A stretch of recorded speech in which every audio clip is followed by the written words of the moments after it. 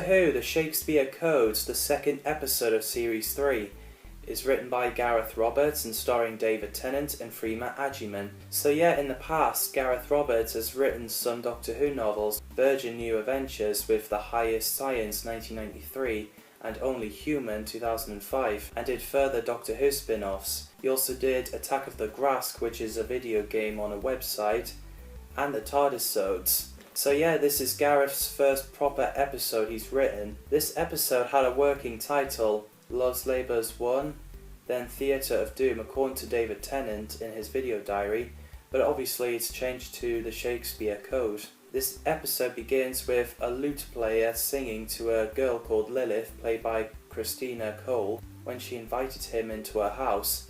He was shocked by the look of the insides, but when they kissed, Lilith transformed herself into a witch, also known as Carrier Knight. The way the other two Carrier Knights appeared, Mother Doomfinger and Bloodtide, was really scary, especially while they mauled that boy to death. There's Lilith laughing at the camera and then credits roll. I was like, oh my god, when I first watched it. And this fleeting earth will perish.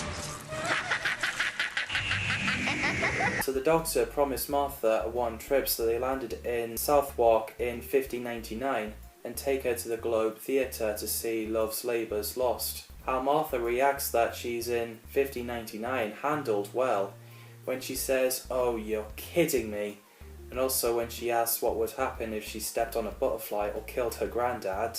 And yes, she's used to seeing worse after the guy tips the bucket of waste products out the window before we have the flush toilets. As Martha had a late night shift in A&E, which of course if you work there you're bound to see something that's not nice to see. I thought Dean Lennox Kelly as William Shakespeare is so good. Shut your big fat mouth! He's got great lines. I enjoyed his moment with Martha. Because Shakespeare's a genius, the psychic paper the Doctor often shows people what they want him to see. It didn't work on him. That bit of paper? It's blank. Oh, that's very clever. That proves it. We see William Shakespeare before in Doctor Who, from the episode The Chase, but with different actor obviously, and the Doctor mentioned in City of Death that he's met Shakespeare. These Carrier Knights are from the planets called Rexel 4, and their plan is to allow the show in the theatre so they can open the portal and let the rest of the Carrier Knights out. The idea of rip piece of hair from someone, put them on puppets and kill them, that way is pretty dark. When the Doctor calls it DNA replication module with science stuff is well written. The scene where Lilith uses Linley's hair and drown him with her puppet is really scary. When I first watched it I thought he was puking, but now I realised he was drowning, and then Lilith stabs the chest and he fell dead on the ground. Martha made a Harry Potter reference and the Doctor said he cried when he mentioned Book 7. And I'm thinking, funny if he watches movie 4 and sees himself as a bad guy. I'll be welcomed back like a hero. Perhaps. Personally, I've never had much time for heroes. Apparently the scene where the Doctor and Martha are sharing a bedroom, originally they've written a scene where the Doctor takes his clothes off but keeps his underwear on and still inviting Martha to share a bed with him, but the producers and David Tennant thought it would be inappropriate, so it got rewritten. And yeah, I agree with David and the producers, not a good idea to show children that. While the Doctor figures out what was going on and guessing that Rose would know, Lilith uses Shakespeare's hair on a puppet to get him to write those words to open the portal, and it was terrifying when Dolly died of fright and Lilith flew away.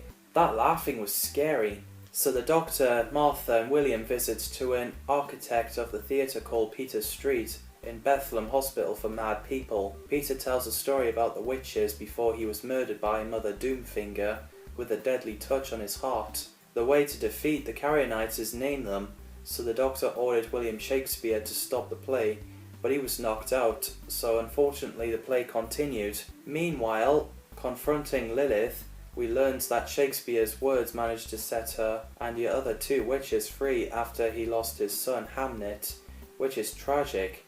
So after Lilith stops one of the Doctor's heart, Martha punches it to make both of his hearts working again, and he has no idea how humans can cope.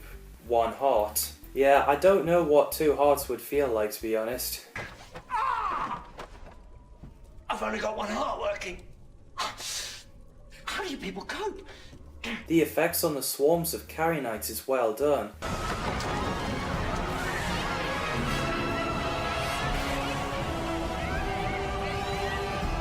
And as for Murray Gold's music, what can I say that hasn't been said already? I also enjoyed Shakespeare's speech to send them back. You feed my brains, consider me your toy. My doting doctor tells me I am not. No! Right to power! And as a result, the Carrionites are back where they're from and close the portal. While Shakespeare flirts with Martha, the Doctor picks up a skull that reminds him of Sycorax, and Shakespeare decides to take that word. Oh yeah, in the end, Queen Elizabeth I arrived, and she seems to hate the Doctor. We have no idea why. Doctor! What? My sworn enemy. What? Off with his head! What? Until, well, the day of the Doctor. It was because he said he came back when he ran to the TARDIS and never came back for her. But obviously that was his future version, which is why he has no idea what he did to upset her. And yeah, he's looking forward to that. And yeah, the god shot an arrow at the TARDIS while it's dematerializing. So yeah, this is an interesting and spooky episode. What did you think of the Shakespeare Code? Let me know in the comments down below. Thanks for watching, and see you in the next video.